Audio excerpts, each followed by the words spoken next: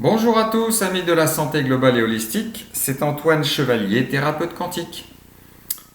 Nouvelle petite vidéo, il y a des choses à dire, que j'ai intitulée En marche vers trois petits points. Je commence. Avant chaque vidéo, lors de leur préparation, j'ai pris l'habitude d'aller marcher dans la nature, sans masque bien sûr. Je fais des exercices de respiration. Cela favorise l'élimination des acides volatiles et autres déchets. Cela oxygène surtout mon corps et mon cerveau. Et là, les idées viennent. Alors, en ce week-end du 15 août, l'Assomption de Marie, son élévation au ciel, est l'occasion de dire que cette mère de tendresse et de douceur est aussi à la tête des légions célestes pour lutter contre le mal. Ainsi, être dans l'amour et la lumière ne veut toujours pas signifier dire oui à tout.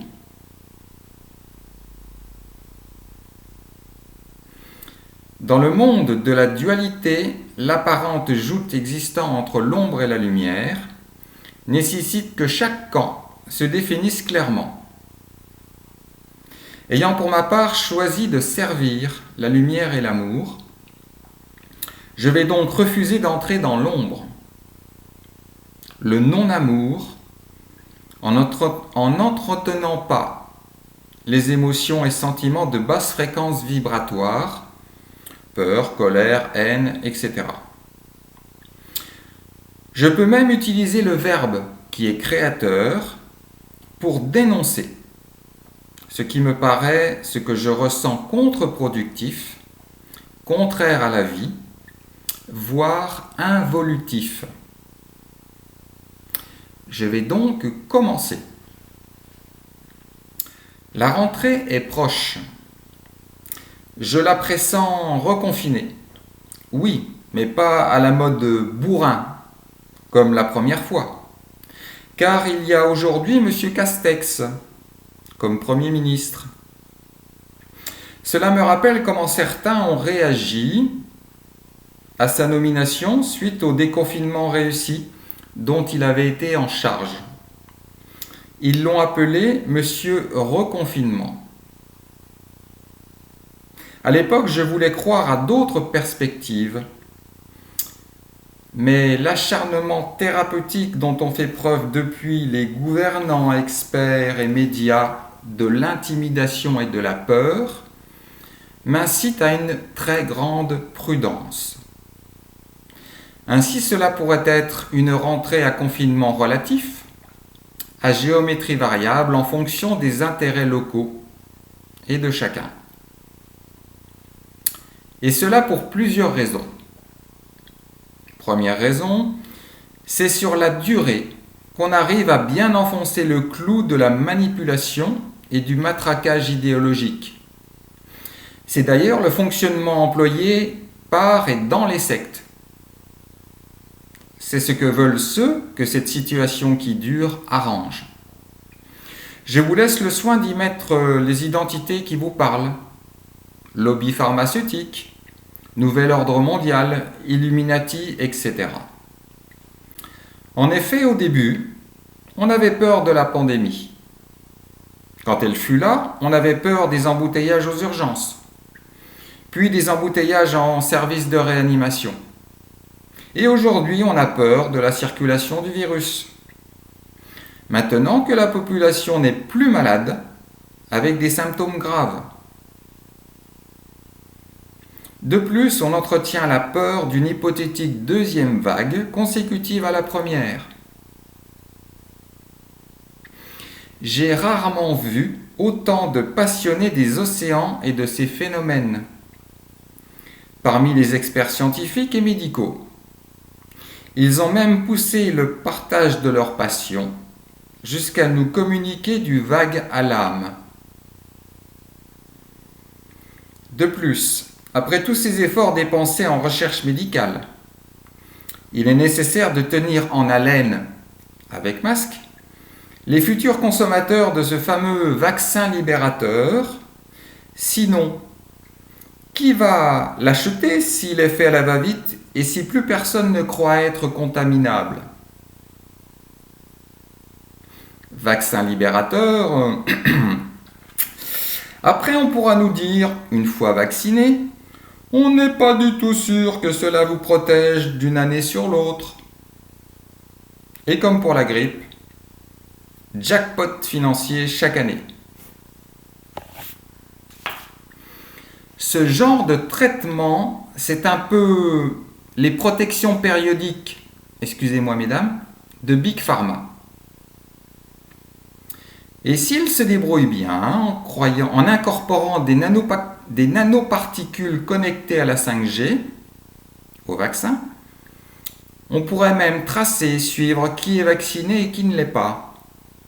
Et si en plus des effets pathogènes faisaient décéder quelques milliers de personnes ou plus, cela ferait du coup plaisir à tonton Bill Gates, grand bienfaiteur de l'humanité à taille réduite. Mais je m'égare. Ou pas. Deuxième raison, maintenir la pression, c'est entretenir l'état de sidération peu propice au réveil de la population, celle prête à défendre ses droits, réduisant ainsi le risque de gilet jaunisation et autres phénomènes contestataires. Il y a encore tant à faire et à défaire pour notre président lecteur assidu de Machiavel. L'ex-président Hollande s'en souvient encore. Troisième raison, toutes ces mesures, port du masque, tests et autres, pourraient aussi permettre de repérer quelles sont les bonnes brebis et quels sont les moutons noirs. Les amendes pour les réfractaires subversifs et les tests et le respect des nouvelles règles du jeu pour les gentils citoyens apeurés. Ainsi, le classement de la population se ferait comme en Chine. On pourrait même, en surveillant le comportement et les paroles des enfants à l'école, dénicher les foyers d'irréductibles troubles faits. Quatrième, pour le fun. Tout cela fait avancer la science et la technologie. N'oublions pas que l'état d'urgence sanitaire a offert la possibilité au gouvernement d'autoriser le déploiement de la 5G sans respecter les procédures normales ni le principe de précaution. Et heureux sont les infectiologues et épidémiologistes et autres qui ont retrouvé du taf. Et accessoirement de la notoriété. Vive l'ego! Pour conclure, j'aimerais attirer l'attention de chacun sur la dérive totalitaire que subit la population, notamment en France. Car comment appeler un pays qui pénalise, à tous les sens du terme, les personnes qui ne cautionnent pas les décisions prises par leurs dirigeants? Alors que le pic épidémique s'éloigne et que les hôpitaux se vident, sous la forte incitation du Premier ministre, de plus en plus de villes, régions, imposent le port du masque à l'extérieur. Je ne parle pas du manque de pertinence dans le choix des zones d'obligation. Ce n'est pas sur la forme, mais sur le fond que je veux alerter. Respirer à l'air libre, sans contrainte, devient aujourd'hui de la petite délinquance. Au même titre que dealer de la drogue ou voler à la tire, puisqu'il y a une amende de 135 € et plus si affinité. Je me demande bien comment on en est arrivé là, à limiter et restreindre la respiration de la population, quel qu'en soit le prétexte. Là aussi, l'espèce humaine, chef-d'œuvre de l'évolution, se caractérise, encore une fois, par son incroyable créativité morbide. Respirer est pourtant ce qu'il y a de plus immédiatement vital. Non content de nous étouffer, avec toutes vos règles, procédures, règlements, normes, protocoles, etc., vous cherchez vraiment à nous étouffer à petit feu, sans que cela ne se voie de trop vite. Ils n'ont pas encore trouvé le stratagème pour faire payer l'air qu'on respire, et qui restait jusqu'à présent gratuit. Mais on paye les masques pour le faire, dans l'attente de business plus lucratifs. Ces masques ne permettent pas de respirer correctement, sainement, et ont des conséquences physiologiques et psychologiques graves. Mais si on réfléchit bien, après le tabac, les polluants dans l'air, c'est une étape de plus. Vraiment, vous les décideurs, vous ne manquez pas d'air en ce qui vous concerne. Petit post-scriptum.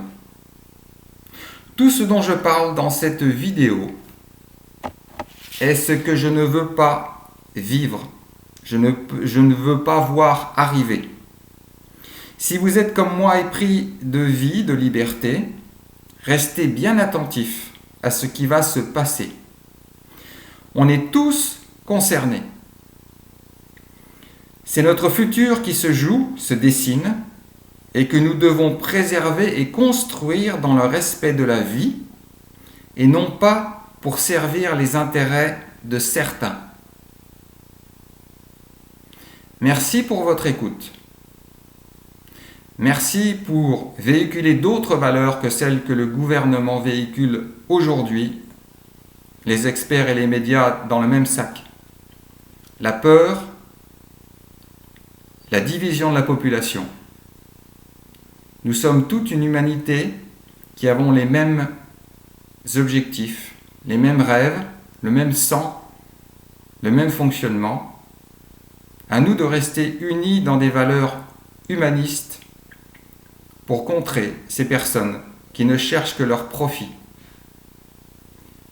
Merci à tous. Et comme disait le Christ, aimez-vous les uns les autres comme je vous ai aimés, et la lumière triomphera toujours de l'ombre. Prenez bien soin de vous. Namasté à tous.